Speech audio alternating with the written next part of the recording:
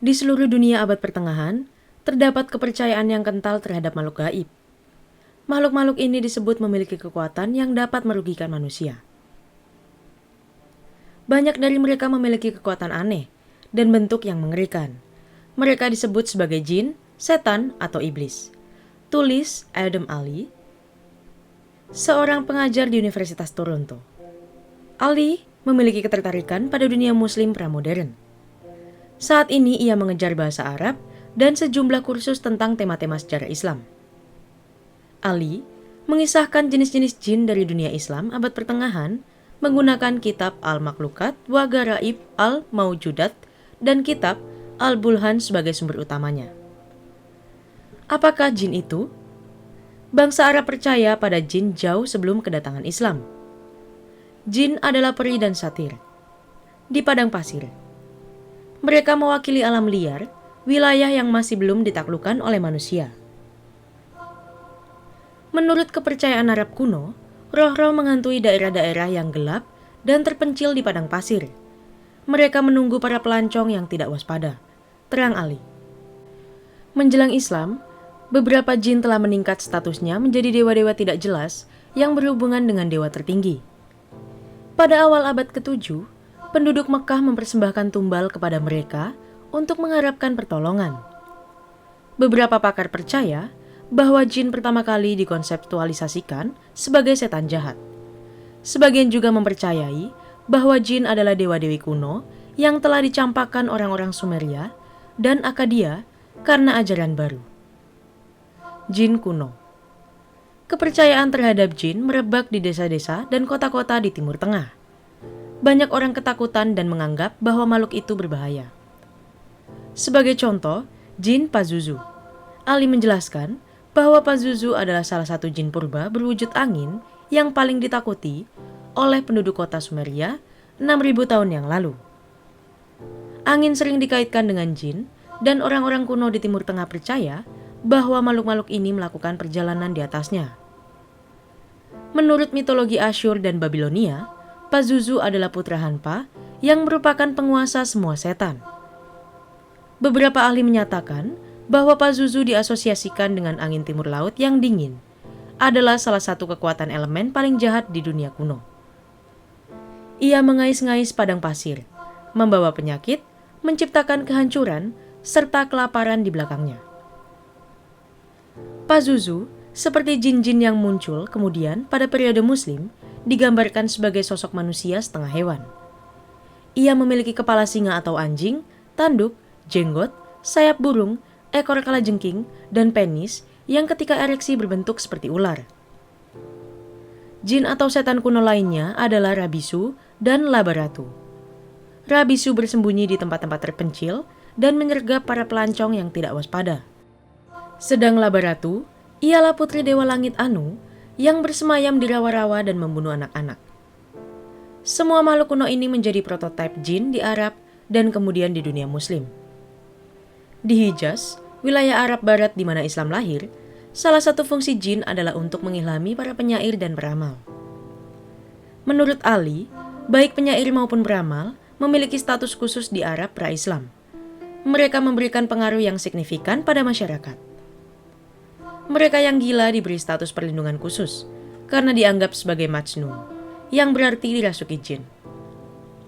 Dalam tradisi Muslim, jin adalah salah satu dari 3 makhluk berakal yang diciptakan Tuhan. 2 lainnya adalah malaikat dan manusia. Mereka disebutkan dalam Al-Quran dan tradisi kenabian. Al-Qazwini menempatkan jin dalam kosmologi Muslim pada awal proses penciptaan. Ia mengatakan bahwa Tuhan menciptakan malaikat dari cahaya, manusia dari tanah liat, dan jin dari nyala api. Juga syaiton, yang berarti setan atau iblis, dari asap api. Ada beberapa kategori jin termasuk ifrit, syaiton, ma'rid, dan jin. Istilah-istilah ini seringkali tumpang tindih, dan kategorinya tidak jelas. Seperti manusia, mereka memiliki kehendak bebas dan bisa menjadi baik atau jahat. Namun, syaiton selalu dikaitkan dengan iblis. Ada sebuah masjid kuno di Mekah yang disebut Masjid Al-Jin atau Masjid Jin. Menurut tradisi Islam, masjid ini didedikasikan untuk para jin yang menerima pesan Nabi Muhammad saat ia berkhotbah kepada mereka. Al-Qazwini menyatakan bahwa jin tidak terlihat oleh indera manusia, namun mereka dapat menebalkan tubuh mereka dan menampakkan bentuk jasmani serta memiliki kemampuan untuk berubah bentuk. Ia juga menyebutkan bahwa jin diciptakan jauh sebelum Adam dan manusia. Mereka telah menghuni bumi sebelum kejatuhan Adam. Sama seperti manusia, mereka memiliki raja, nabi, agama, dan hukum. Namun, banyak dari mereka yang menyimpang dan mengisi bumi dengan kerusakan. Menanggapi penyimpangan ini, Al-Qazwini mengatakan bahwa Allah mengirimkan pasukan malaikatnya untuk menghukum mereka. Dus, terjadilah pertempuran sengit. Setelah pertempuran berlangsung antara malaikat dan jin, para jin diusir dari rumah mereka ke berbagai penjuru dunia, sementara banyak yang lainnya ditawan. Ali menjelaskan, dalam karya Al-Qazwini, terdapat sebuah daftar yang mengulas berbagai jenis jin setan dan monster iblis. Sebuah bagian dari babnya tentang jin, Al-Qazwini memberikan deskripsi tentang beberapa makhluk ini, terang Ali. Di sisi lain, kitab Al-Bulhan hanya memiliki serangkaian ilustrasi tentang jin yang disertai dengan nama-nama mereka. Ghul. Merujuk Al-Qazwini, Ali menyatakan bahwa Al-Ghul atau hantu adalah salah satu yang paling terkenal dan umum di antara jin. Al-Qazwini menggambarkannya dengan penampilan yang tidak wajar dan menakutkan. Ghul memiliki bentuk manusia yang digabungkan dengan bentuk binatang. Ia digambarkan sebagai makhluk yang keji dengan kelainan bentuk dan penampilan yang tidak wajar. Catatan lain dari Jazirah Arab menggambarkan Ghul sebagai kombinasi dari manusia, burung, dan unta. Ghul juga dapat berubah wujud menjadi seperti manusia, kucing, kuda, keledai, unta, sapi jantan, burung hantu, dan anjing berwarna-warni. Ia bersembunyi di antara bebatuan, tebing, dan gua-gua. Saat mendapati pelancong yang lengah, sesegera ia menerkam, menyeret, dan melahapnya. Mengenai asal-usul mereka, Al-Qazwini menyatakan bahwa mereka adalah jin yang biasa menguping dari surga. Saat mereka menguping, mereka dihantam meteorit hingga mengalami kerusakan yang sangat parah dan jatuh ke bumi untuk menjadi ghul. Iblis. Iblis ditampilkan bertahta di tengah-tengah halaman, duduk secara frontal dan dengan sikap yang agung.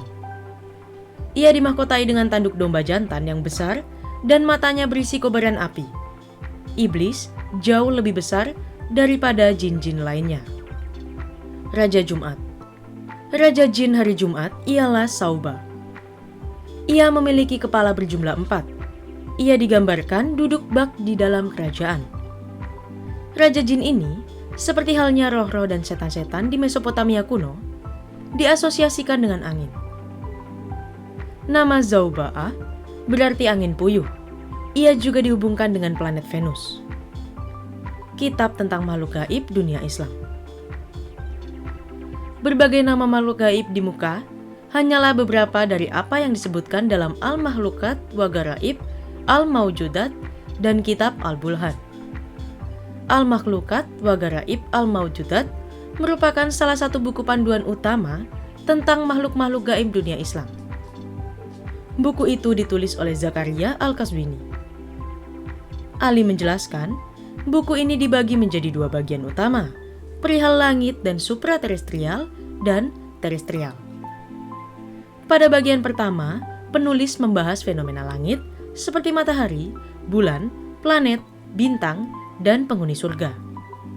Di bagian kedua, Al-Qazwini membahas tentang 4 elemen, bumi dan pembagiannya menjadi 7 iklim, serta menjelaskan tentang laut, sungai, dan pegunungan. Ia kemudian membahas 3 kerajaan alam, mineral, tumbuhan, dan hewan. Pada uraiannya tentang kerajaan hewan, penulis menguraikan karakter serta anatomi manusia. Dan di akhir bagian, terdapat bab tentang monster, setan, jin, dan iblis. Selanjutnya, kitab Al-Bulhan menurut Ali merupakan sebuah naskah akhir abad ke-14 yang ditranskrip dan dikompilasi oleh Abdu Al-Hazzan Al-Isafani. Sebagian besar isinya ditulis pada abad ke-8 oleh Abu Mazhar Al-Baqi.